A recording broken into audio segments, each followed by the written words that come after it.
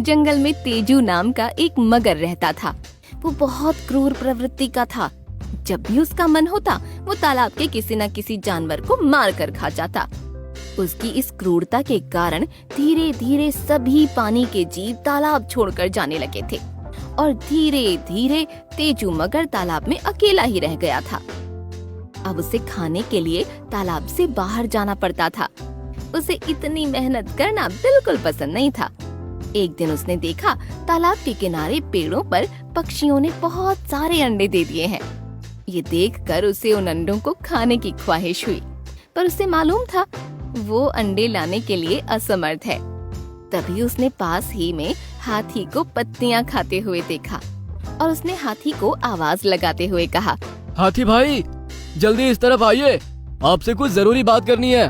हाथी मगर की आवाज सुनते हुए उसके पास पहुंचा। क्या बात है मगर भाई, क्या तुम्हें मेरी किसी मदद की जरूरत है? अरे नहीं नहीं हाथी भाई, मुझे तो आपकी फिक्र है। कल मैं देख रहा था कि आपको अपना शरीर खुजाने में बहुत समस्या हो रही थी।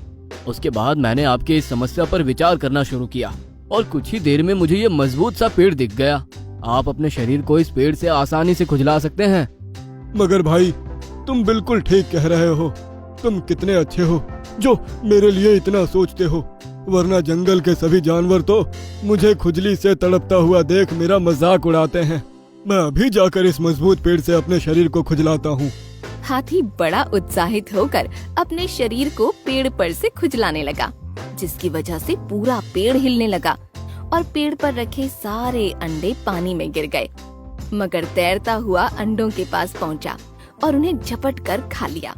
अपनी चतुराई से उसने हाथी को मूर्ख बनाया था, पर हाथी इतना मूर्ख था कि उसे तेजू मगर की चालाकी का तनिक भी पता नहीं चला।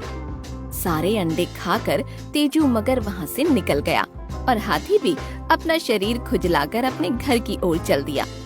कुछ ही देर में जब वहाँ कोयल पहुँची तो उसने अपना घोंसला खाली पाया, जिसे देखकर वो बहुत घबरा गई। वो आसपास अपने अंडों को ढूंढने लगी और तभी पास ही के पक्षियों ने उसे तेजू मगर की हरकत के बारे में बताया। वो बहुत दुखी हो गई। ये तेजू मगर तो पहले से ही धूर्त और चालाक था, पर हाथी भैया ने उसकी मदद करके अच्छा नहीं किया। मुझे उनसे ऐसी उम्मीद नहीं थी। तभी दूसरे पक्षी ने कोयल को समझाते हुए कहा, बहन, तुम्हें तो पता है ना हाथी भैया कितने भोले हैं। उन्होंने जो कुछ भी किया है वो तेजू मगर की बातों में आकर किया। उसने अपने स्वार्थ के लिए भोले हाथी भैया का फायदा उठाया है। हमें उससे बदला लेना चाहिए। दूसरे दिन हाथी अपने शरीर को खुजलाने के लिए फिर उसी पेड़ की तरफ पहुंचा, पर वो खुजलाता उससे पहले कोयल ने उसे रोक दिया। हाथी भैया, मैंने आपको कल इस पेड़ से खुजलाते हुए देखा था, जिसके बाद इस पेड़ की शाखाओं के कारण आपके शरीर पर बहुत सारे घाव हो गए थे। मुझे ये देखकर बहुत दुख हुआ, पर मेरे पास आपके लिए एक अच्छा उपाय है।